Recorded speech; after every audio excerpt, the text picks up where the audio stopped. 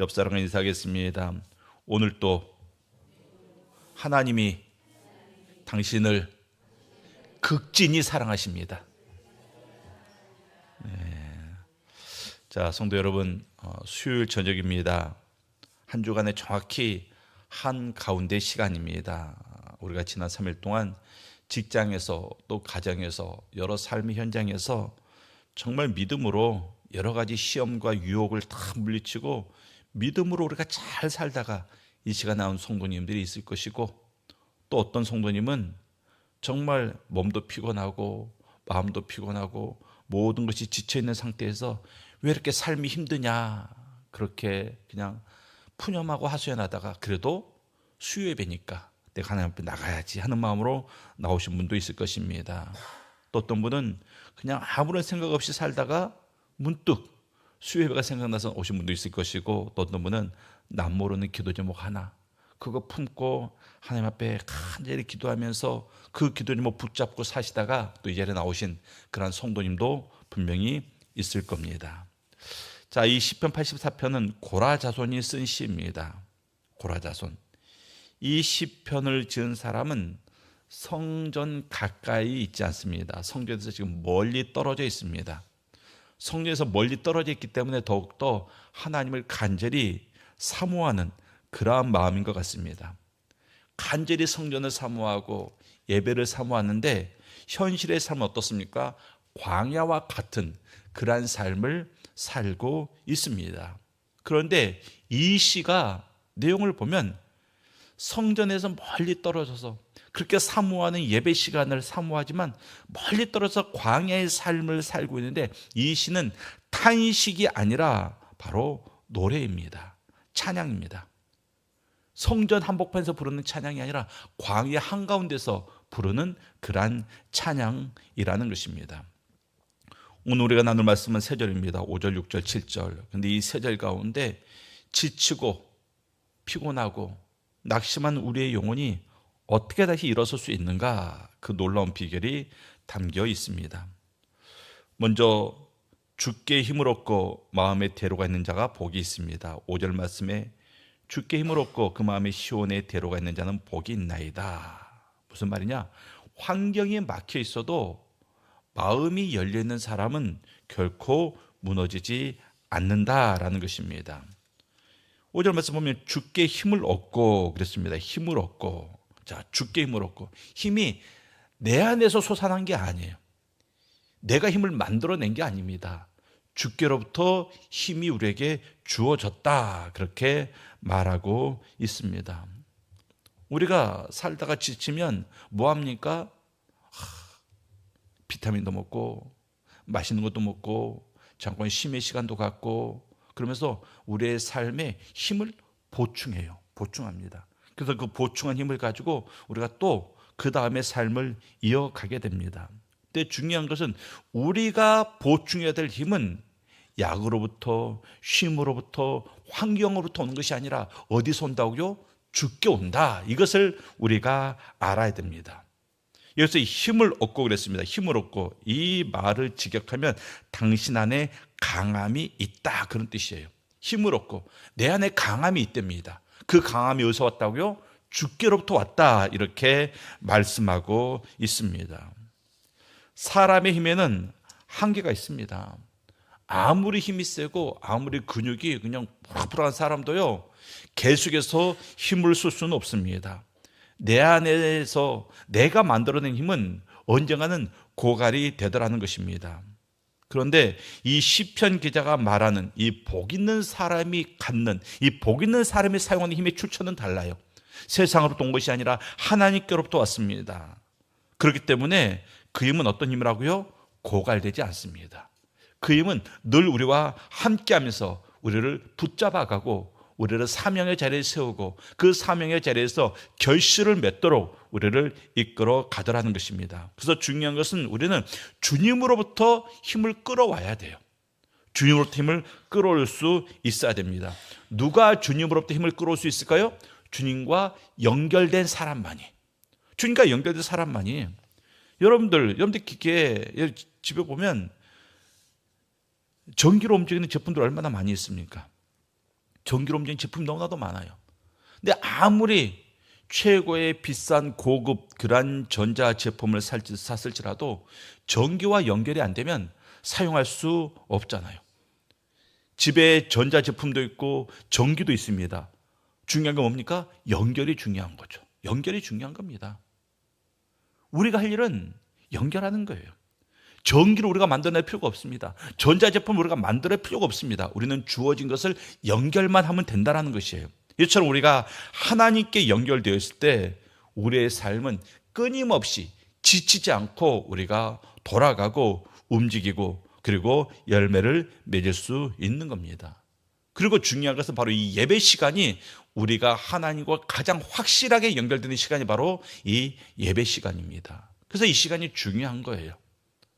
그래서 사랑하는 성도님들, 늘 하나님께 내 자신을 연결시킬 수 있기를 바랍니다. 어디 있든지 보십시오. 이 시편의 기자는 성전으로부터 멀리 떨어져 광야 가운데 있습니다. 여러분도 마찬가지예요. 여러분도 교회를 멀리 떠나서 광야 가운데 있을 수 있습니다. 그런데 그곳에 누가 계십니까? 하나님이 계세요. 우리 하나님은 안 계신 곳이 없잖아요. 온 피조세계가 하나님 안에 있기 때문에 우리가 어디에 가든지 그곳에서 하나님을 만날 수 있고 그곳에 계시는 하나님과 나를 연결만 하면 그곳이 성전 안이 되었던 광야가 되었던 우리는 하나님과 더불어 살 수 있고 하나님의 힘과 능력으로 살 수 있는 그러한 존재라는 것입니다.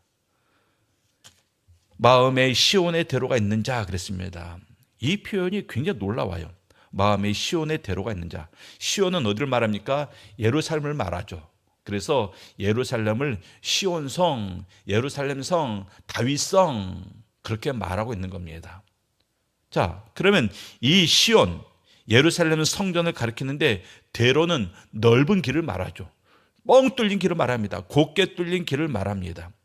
그러니까 우리의 마음 안에 무엇이 있다고요? 하나님과 나 사이에 막힘이 없이 뻥 뚫린 아주 넓은 길이 있다 이렇게 말하고 있습니다. 마음에 시온의 대로가 있는 자는 복이 있나이다. 마음에 시온의 대로가 있다는 것은 그 사람의 마음 중심이 온통 하나님께 향해 있다는 것입니다. 온전히 하나님을 향해 있습니다. 그래서 그 사람은 하나님을 만나는 것이 삶의 최우선순위입니다. 몸은 비록 성령에서 멀리 떨어져 있는데 그 마음은 늘 하나님을 향해 있어서 힘든 상황 가운데 있을지라도 몸은 힘든 상황 가운데 있을지라도 마음만큼은 늘 하나님을 향해 있기 때문에 그 사람은 어려운 환경과 같이 사는 게 아니라 하나님과 같이 사는 거예요. 환경이 오면 우리 환경이 다 어렵잖아요. 어려운 환경이 있습니다. 뭐 물질 때문에 어렵고 뭐 건강 때문에 어렵고 또 가족 때문에 뭐 자녀 때문에 또 부모 때문에 어려운 환경들이 너무나도 많이 있어요. 그런데 그 어려운 환경이 우리 삶에 놓였을 때 그 어려운 환경 속에 들어가서 어려운 환경이 이리 치이고 저리 치이는 인생이 아니라 어려운 환경 가운데 있지만 우리의 마음은 하나님을 향해서 시온의 대로가 뻥 뚫려 있기 때문에 그리고 거침없이 하나님과 내가 교통하고 있기 때문에 나는 비록 어려운 상황 가운데 있지만 어려운 상황 속에서 사는 것이 아니라 하나님과 더불어 사는 그러한 인생을 우리가 살아갈 수 있다는 것입니다. 그래서 복이 있다 이렇게 말하고 있는 겁니다. 우리의 삶 가운데 상황이 다 좋아지는 게 복이 아니에요. 모든 상황이 다 좋은 상황으로 바뀌는 게 그게 복이 아니라는 겁니다. 상황은 어떠하든지 우리의 마음이 하나님과 시온의 대로로 활짝 연결되어 있는 그러한 사람이 복되다 이것을 말씀하고 있습니다. 우리 사랑하는 성도님들, 이러한 사람들의 특징이 있습니다. 환경과 관계없이 늘 하나님 앞에 나갈 수 있다는 것이에요. 하나님 앞에 나가는 게 어려운 사람들이 있어요. 기도의 자리에 나오는 게 어렵고 예배 자리에 나오는 게 어렵고 예배 한번 드리려면 아주 크게 각오를 해야지 겨우 드리는 사람, 새벽 예배 한번 드리려면 정말 막 기도하고 결심하고 막 그냥 새벽에 그냥 일어나 깨면 되잖아요. 여러분 새벽 예배 나오는 것 쉽지 않습니까? 굉장히 쉬워요. 알람 맞춰놓는다. 알람이 새벽에 울린다. 일어난다.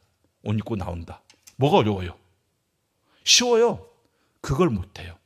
그거 한번 하려면 알람 맞추는데 손을 벌벌 떨면서 내가 이 새벽 4시에 맞춰야 되나? 새벽 4시 반에 맞춰야 되나? 그걸 못해요. 그 알람 맞추는 걸 못해요. 왜 그렇습니까?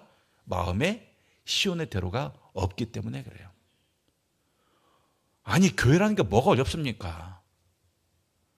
다 교회에서 계획 다 짜주고 집사님 이것만 하시면 됩니다. 권사님 이것만 하시면 됩니다. 그것만 하면 되잖아요. 또 혼자 하기 어려우면 같이 할 수 있는 사람 붙여주잖아요. 같이 하시면 됩니다. 알아서 다 하라고 안 해요. 그냥 같이 하면 되고 시키는 것만 하면 되고 무엇보다도 성경이 말씀하고 있는 것만 하면 됩니다. 어려운 거 없어요. 그런데 그게 어려워요. 어렵습니다. 왜 그렇습니까? 마음의 준비가 안 되어 있거든요. 왜 마음의 준비가 안 됐습니까? 마음의 시온의 대로가 없어요. 성전을 향해서 하나님을 향해서 내 마음이 활짝 열리는 게 아니라 막혀 있거든요. 내 마음은 다른 쪽에 열려 있거든요. 그러니까 그 마음을 이쪽으로 돌이키는 게 그렇게 어려운 거예요. 그렇게 어려운 겁니다. 신앙생활 어렵게 하는 사람들은 다 그래요. 시온의 마음의 대로가 막혀 있습니다. 그래서 환경과 관계없이 늘 하나님 앞에 나아갈 수 있는 사람, 이런 사람이 복된 사람입니다. 몸은 성령에서 멀어졌지만 늘 하나님을 만나는 그 사람, 늘 하나님을 만날 수 있는 그 사람. 그래서 푸른 초장을 가든지 쉴 만한 물가에 있든지 사망의 음침한 골짜기를 가든지 늘 하나님과 동행하는 사람, 이러한 사람이 복된 사람이다, 이렇게 성경은 말씀하고 있지 않습니까? 그래서 사랑하는 성도님들, 뭐 해야 됩니까? 우리는 하나님과 나 관계에 시온의 대로를 만들면 돼요. 아니, 만들 필요도 없어요. 하나님께서 다 길 뚫어놨습니다. 우리는 이제 우리의 방향을 틀어서 시온의 대로 쪽으로 그곳을 향해서 서 있기만 하면 되는 겁니다. 그 대로에 발을 한 발짝 내딛기만 하면 된다라는 것입니다. 그래서 사랑하는 성도님들, 오늘 이 시편 84편 5절 말씀처럼 주께로부터 힘을 얻고 그 마음에 시온의 대로가 활짝 열려있는 우리 성도님들이 다 되실 수 있기를 바랍니다. 그런데 전제 조건이 있습니다. 우리가 주님을 향해서 시온의 대로를 향해서 활짝 열린 길을 서 있는데 그 길을 가로막는 장애가 딱 하나 있어요. 죄가 꼭 그 길을 가로막습니다. 하나님과 나 사이를 가로막는 건 죄 하나밖에 없어요. 그 죄를 우리가 해결해야 됩니다. 그리고 우리는 감사하게도 어떠한 죄가 되었든, 어떠한 큰 죄가 되고 어떠한 무거운 죄가 되었든 우리는 능히 해결할 수 있는 그 방법을 우리가 알고 있지 않습니까? 그렇기 때문에 우리는 예수 그리스도의 보혈의 공로로 그 죄 문제를 해결하고 시온의 대로 앞에 서 있기만 하면 됩니다. 내 마음만 닫지 않으면 돼요. 내 마음만 열려 있으면 됩니다. 그래서 사랑하는 성도님들, 지금 몸이 예배당에 와 있잖아요. 몸은 예배당에 와 있는데 마음도 지금 이곳에 와 있습니까? 솔직하게 여러분 지금 예배드리면서 마음이 두고 온 그곳에 있지 않습니까? 마음이 가족에게 가 있고 또 직장에 가 있고 어떤 일을 하다가 왔잖아요. 해결하지 못한 그 일에 가 있고, 그러면 여전히 우리의 마음은 주님을 향해서 닫혀 있는 겁니다. 우리의 마음의 대로가 이미 예비되어 있습니다. 이제는 우리의 마음을 문을 활짝 열고 제 문제까지 다 해결했으면 그 마음 문을 활짝 열고 주님을 바라보는 것, 그것이 바로 이 예배 첫 번째 과제입니다. 예배 시간에 와서 다른 거 하지 마세요. 주님을 향해서 내 마음의 문을 활짝 열고 예배자리에 앉자마자 모든 죄의 문제를 해결하고, 그래서 이 예배 시간만큼은 하나님과 나, 그 마음에 들어가 활짝 교통하는, 소통되는 그러한 시간을 제발 예배 시간만큼은 우리가 온전히 갖는 것, 그것이 정말 복된 성도의 삶의 첫걸음이 되는 겁니다. 스위스 기독교 정신과 의사 폴 투르니에가 이런 말을 했습니다. 현대인의 가장 큰 병은 몸은 여기에 있지만 마음은 다른 곳에 있는 것입니다. 온전히 현재 존재하지 못하는 병입니다. 기독교 정신과 의사가 그런 말을 했어요. 가장 큰 병은 몸은 여기 있는데 마음은 다른 데 있다. 이게 가장 큰 병이래요. 맞습니다. 영적인 병도 바로 그거예요. 몸은 여기 있는데 마음은 다른 데 있어요. 그것을 성경에서는 간음이라고 말하고 있습니다. 간음이다. 이스라엘 백성들이 성전에서 예배를, 제사를 드렸습니다. 그런데 마음은 바알에게 가 있었어요. 율법은 지킵니다. 내 마음은 이방과 이 악한 세상의 문화에 이미 마음을 빼앗겨 버렸습니다. 몸은 여기 있어요. 몸은 율법 아래 있고 몸은 성전 안에 있었지만 마음은 그들이 세상 가운데 그리고 바알에게 아세라에게 뺏겨 버렸다는 겁니다. 그것을 성경은 간음이다 이렇게 말하고 있는 겁니다. 제가 제 아내랑 같이 있으면서 제 아내 사랑해 하면서 이렇게 품고 있는데 제 마음속에 딴 여자를 생각하고 있어요. 얼마나 무서운 겁니까? 입으로는 아내를 바라보면서 사랑해 말하고 있는데 마음으로는 다른 여자를 생각하고 있어요. 그게 간음이에요. 신앙생활은 바로 그렇다라는 것입니다. 하나님 하면서 마음은 다른 데 있다라는 것이에요. 하나님 부르면서 마음은 돈에 가 있습니다. 마음은 땅에 가 있습니다. 마음은 사람에게 가 있습니다. 우리의 문제 아니겠습니까? 우리의 문제입니다. 가장 큰 병이라고 여기는 그 병, 영적 간음을 우리가 지금 행하고 있는 것입니다. 그래서 중요한 것이 뭐라고요? 마음 가운데 시온의 대로가 있어야 되는 거예요. 하나님과 나와 사이에 오직 뻥 뚫린 그 대로가 있을 때 우리는 정말 이 말씀처럼 복된 자가 될 것이고 그리고 주께로부터 받은 힘으로 말미암아 우리의 인생을 살아갈 수가 있는 겁니다. 두 번째, 눈물 골짜기를 지나갈 때 샘이 솟습니다. 자, 6절 말씀 보면 그들이 눈물 골짜기로 지나갈 때 그곳에 많은 샘이 있을 것이며 이른 비가 복을 채워주나이다. 자, 눈물 골짜기. 이 눈물 골짜기는 예루살렘 성전으로 올라가는 그 길에 있는 아주 건조하고 메마른 그런 골짜기라고 합니다. 골짜기, 힘든 지형이에요. 왜 눈물 골짜기일까요? 눈물을 흘려야만 갈 수 있는, 눈물을 흘리면서 가야만 되는 그처럼 어렵고 힘든 골짜기 때문에 눈물 골짜기입니다. 그런데 이 보면 눈물 골짜기로 지나갈 때 잘 봐야 됩니다. 눈물 골짜기를 만날 때가 아니에요. 눈물 골짜기를 만날 수도 있고 안 만날 수도 있고 안 만날 수도 있는데 만약 만나게 되면 이렇게 살아라 그게 아니에요. 반드시 눈물 골짜기를 지나게 된다. 그것을 말하고 있는 겁니다. 반드시 눈물 골짜기를 지나게 되는데 그때 뭐 한다고요?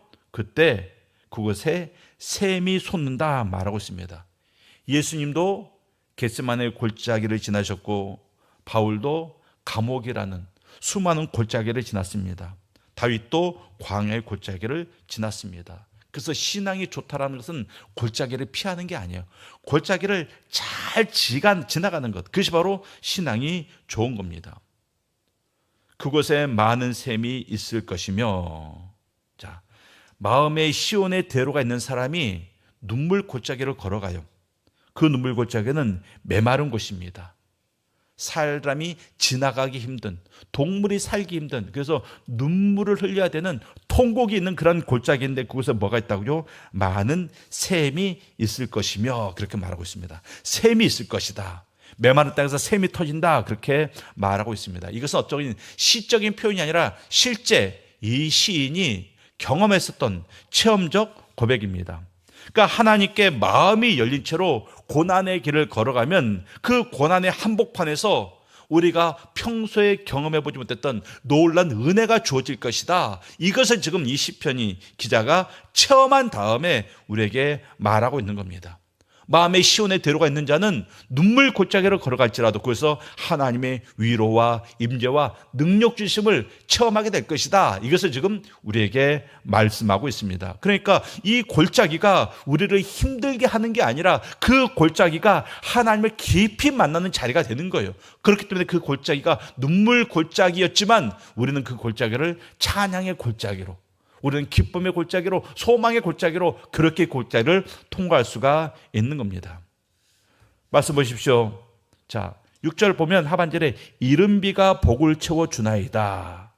눈물 골짜기를 걸어가는데 복을 채워준대요. 이른 비가 있대요. 이른 비가. 여기서 말하는 이른 비는 그 이스라엘에서 건기와 우기가 있거든요. 건기가 끝나고 이제 처음 내리는 비를 말합니다. 그것을 이른 비라고 말해요. 건기에는 비가 오지 않아요. 모든 땅이 다 말라붙습니다. 그래서 식물도 살기 어렵고 생물도 살기 어렵습니다. 그때 이제 우기가 시작되면서 첫 비가 내려요. 그게 바로 이른 비예요. 이른 비가 온다는 것은 무엇을 상징합니까? 이제 비가 계속 내려서 이 메마른 땅을 촉촉하게 적실 것이다. 이 메마른 땅에 다시금 새싹이 돋아날 것이고 생명들이 살아날 것이다. 그것을 의미하는 겁니다. 그러니까 우리가 눈물 골짜기를 지나갈 때 시온의 대로가 있는 사람들은 뭐 어떻다고요? 그 골짜기 한복판에서 바로 이른 비를 만나게 될 것이다. 그게 우리에게 복이 된다. 이렇게 말씀하고 있습니다. 회복의 시작을 말하고 있는 거예요. 골짜기 지나갔으면 골짜기를 통해서 고난이 시작돼야 되는데 골짜기에 들어가자마자 회복이 시작된다. 이것을 우리에게 말씀하고 있습니다. 우리 사는 성도님들 가장 힘들 때 하나님의 은혜가 가장 먼저 임하게 되는 그 축복의 원리를 우리가 알아야 될 것입니다. 우리가 많이 부르는 이 찬송가를 여러 사람들이 이렇게 작사하고 작곡을 하거든요. 그런데 여러분들이 잘 알고 있는 찬송가 있어요. 나의 갈 길 다가도록, 나의 갈 길 다가도록 예수 인도하시니, 얼마나 은혜로운 찬양입니까? 또 예수로 나의 구주 삼고 성령을 피로써 거듭나니, 이 주옥 같은 곡들을 바로 이 파니 제이 크로스비라는 사람이 지었습니다. 이 사람은 태어난 6주 만에 의사의 실수로 눈이 멀었어요. 평생 장님으로 어둠 속에서 살았습니다. 남들이 보기에 눈물 골짜기를 평생 사는 것 같은 인생이었지만 그 골짜기에서 샘이 터졌어요. 그래서 이 크로스비가 살아생전에 8,000편이 넘는 그런 찬송시를 썼습니다. 제가 방금 불렀던 이 두 찬송 외에도요, 이 크로스비의 찬양이 이 우리 찬송가에 굉장히 많이 들었습니다. 다 주옥과 같은 찬송입니다. 언제 지었다고요? 장님으로 살아가는 그 순간에. 많은 영성 있는 영감 있는 찬양들이 그녀의 눈물 골짜기에서 나왔습니다. 그때 그녀가 훗날 이렇게 고백했습니다. 눈이 보이지 않는 것이 하나님의 가장 큰 선물이었습니다. 그 어둠 속에서 나는 하나님의 빛을 더 선명하게 볼 수 있었습니다. 얼마나 감사합니까? 이게 복이라는 거예요. 눈이 잘 보여가지고 나이가 70이 되고 80이 돼서 노안도 오지 않고 여전히 눈이 막 2.0 그냥 잘 보이는 게 복이 아니라 바로 그 아무것도 보이지 않는 평생 그렇게 살았는데 그곳에서 하나님의 빛을 더 강하게 발견하고, 우리는 감히 한 편도 만들기 힘든 그러한 찬양시를 8,000곡이나 만들 수 있었던 이것이 복이다, 이렇게 고백하다라는 것입니다. 우리 사랑하는 성도님들, 이런 복이 누구에게 있다고요? 마음에 시온의 대로가 있는 성도들. 우리 성도님들, 마음의 시온의 대로를 닦으십시오. 길을 보면요, 이렇게 군대에 있으면 가끔 높은 분들이 와요. 막 사단장 뒤로 온다 그러고, 그러면 병사들이 하는 일이 있습니다. 길을 아주 깨끗하게 닦아요. 길을 잡초 하나 없이 다 뽑습니다. 그리고 네모반 길은요, 치약을 풀어가지고 반들반들 닦아요. 여러분, 치약이 군대에서는 굉장히 유용하게 씁니다. 치약으로 안 닦이는 게 없어요. 또 치약을 접착제로도 써요. 접착제. 치약으로 다 붙여놓으면 이게 마르면 안 떨어집니다. 높은 산에 온다 그러면 가장 먼저 하는 게 길부터 닦아요. 길부터. 우리가 시온의 대로가 마음에 있는데 봤더니 시온의 대로가 보수되지 않았어요. 막 여기 잡초나 있고 저기 구덩이 있고 저기 길 좀 무너져 있고, 뭐 해야 됩니까? 그 시온의 대로 우리가 보수해야 됩니다. 보수해야 됩니다. 길은 뭐 할 때 망가지는 줄 아세요? 길은 뭐 할 때 망가질까요? 안 다닐 때. 길은 사람이 안 다닐 때 망가져요. 사람이 계속 그 길을 다니면요, 길은 계속 그 멋진 모습, 그 길의 기능을 다 합니다. 길을 가다가 사람이 이거 돌 나와 있는데 돌 치우거든요. 길 가다가 여기 잡초가 보기 싫은데 잡초 뽑거든요. 그러니까 사람이 계속 그 길을 가게 되면 그 길은 멋지게 뚫려 있는데, 아무리 멋진 길을 만들어 놨을 때도 사람이 안 다니면 결국 그 길은 망가지는 겁니다. 우리의 마음에 시온의 대로가 있는데 많이 망가졌어요. 왜 그랬을까요? 시온의 대로를 통해서 하나님께 나아가지 않았거든요. 하나님께 나가야 되는데 나아가지 않았어요. 그래서 우리가 할 일은 그 하나님 앞에 그 하나님과 나를 연결하는 그 시온의 대로를 열심히 왔다 갔다 해야 됩니다. 열심히 왔다 갔다 해야 돼요. 그래서 여전히 그 시온의 대로가 활짝 뚫려 있어서 언제든지 그 기능을 다할 수 있도록 우리가 잘 유지를 해야 됩니다. 그러한 자들에게 이러한 복이 있다, 이것을 말씀하고 있는 겁니다. 여러분들이 메마른 사막을 지날지라도 그곳에 뭐가 있다고요? 샘이 터진다 이렇게 말씀하고 있습니다.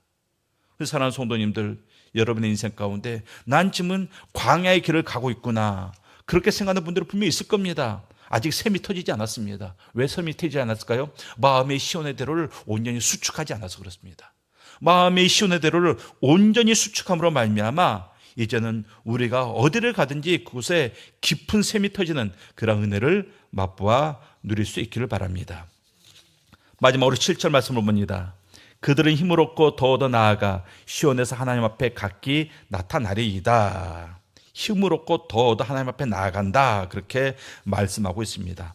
힘을 얻고 더 얻어, 이것은 은혜 위에 은혜가 더해지는 것을 말하는 겁니다. 은혜 위에 은혜가 더해지는 것. 힘을 얻고 더 얻어, 직역하면 힘에서 힘으로 나아간다라는 뜻입니다. 세상의 힘은요 쓸수록 사라집니다. 세상이 주는 힘은 쓸수록 없어집니다. 그런데 하나님께서 공급하시는 힘은 반대입니다. 나아갈수록 힘 위에 힘이 더해진다는 것이에요. 나아갈수록 탄력을 받습니다.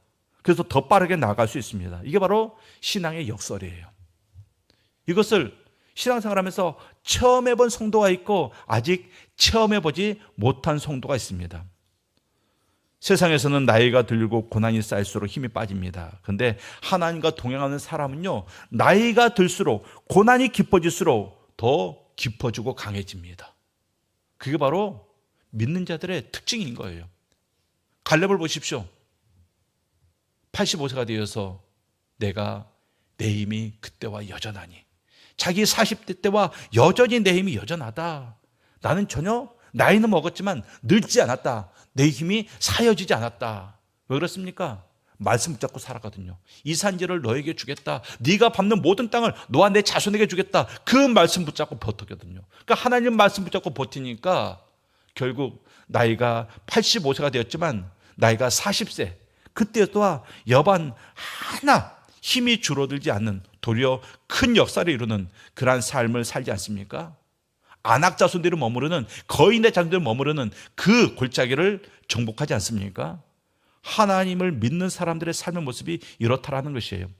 그래서 이사야 40장 31절 말씀에 이런 말씀이 있습니다. 우리 한번 말씀을 보도록 하겠습니다. 이사야 40장 31절 말씀 함께 있습니다. 시작. 오직 여호와를 앙망하는 자는 새 힘을 얻으리니 독수리가 날개치며 올라감 같을 것이요 다른 박제라 해도 곤비하지 아니하겠고 걸어가도 피곤하지 아니하리로다. 달려가면 피곤해야죠. 걸어가면 피곤해야죠. 그런데 달려가도 곤비하지 아니하고 걸어가도 피곤하지 않는다. 이렇게 성경이 분명히 말씀하고 있습니다. 여호와를 앙망하는 자는, 누가 여호와를 앙망하는 자입니까? 마음에 시온의 대로가 있는 자가 바로 여호와를 앙망하는 자입니다.